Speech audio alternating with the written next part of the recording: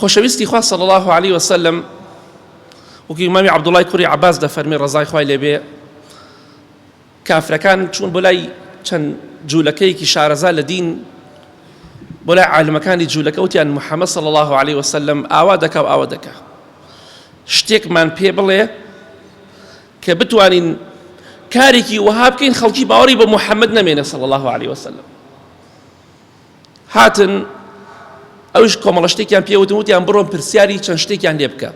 بڵێ ئەی محەممەد صلی الله عليه وسلم ئەو گەنجانەی ئەصحاب الکەهف هاوڵانی ئەشکەوت ڕەحمەتی خۆیان لێبێ ئەوان چەند کەس بوون ژمارەیان چەندێک بوو و ئەوان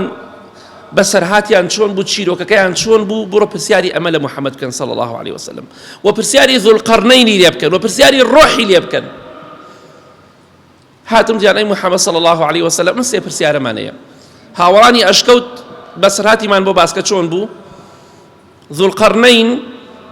چۆن بوو بەسەرهاتەکەی ڕۆحیش چییە ئەو ڕۆحەکە لاوشەی ئێمەدایە. خۆشەویستی خوا صلی الله عليه وسلم فەرمووی بەیانی وەڵامتان ئەدەمەوە نەیوت ئینشاء الله نەیوت بەیانی وەڵامتان ئەدەمەوە 15 ڕۆژی ڕێک وەحی نەهات 15 ڕۆژ وەحی وەستا قورئان دانەبەسی بەیانی وتیان کوا پێغەمبەری خوا فەرمی صلی الله عليه وسلم بەیانی لە ڕیوایەتا فەرمی ئاخر ڕۆژ وتی ئینشاء الله خوای گەورە وەحی ناردە خوارەوە سوورەتی کەهفی ناردە خوارەوە باسی ذوالقەرنەینی کرد باسی ئەصحاب الکەهفی کرد و لە سوورەتی ئیسرا باسی ڕۆحی کرد کە ڕۆح شتێکە بەس خوا دەزانێت چییە. کەواتە ئاگادار بین بۆی خوای گەورە فەرمی ولا تقولن لشيء ئێمە جومعان دەیخوێنینەوە ولا تقولن لشيء إني فاعل ذلك غدا مەڵێ ئەی محەممەد صلی الله عليه وسلم من بەیانی فڵان شت دەکەم إلا أن يشاء الله إلا مەگەر بڵێ إن شاء الله واذكر ربك إذا نسيت هەر کاتێک خوات لەبیر چوو ذکر و یادی خوا بکە هەر کاتێک لەبیر چوو بڵێ إن شاء الله بڵێ إن شاء الله کاکە بەیانی دێیوە فڵان شوێن إن شاء الله دێم هەیە لە ڕووی نایە ئەڵێ گەر بڵێم إن شاء الله ئەڵێن دیارەمە ئیسلامیە نازانمە چییە ئینسان تۆزی عەقڵێتی هەبێ عەقڵێت بێدینەکان وا دەڵێن بەخوا گوێم لێ بێدینەکان بۆ بەکاری دەهێنن ئەوتا لە دەستوری ئەڵمانیا چەند ڕۆژە دەستوری ئەڵمانە دەستورێکەیە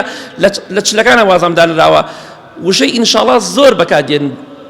گاوریشن ئین شاء الله زۆر بەکاردێن تۆ بۆچی پێت عەیبە خوا دەفەرمێ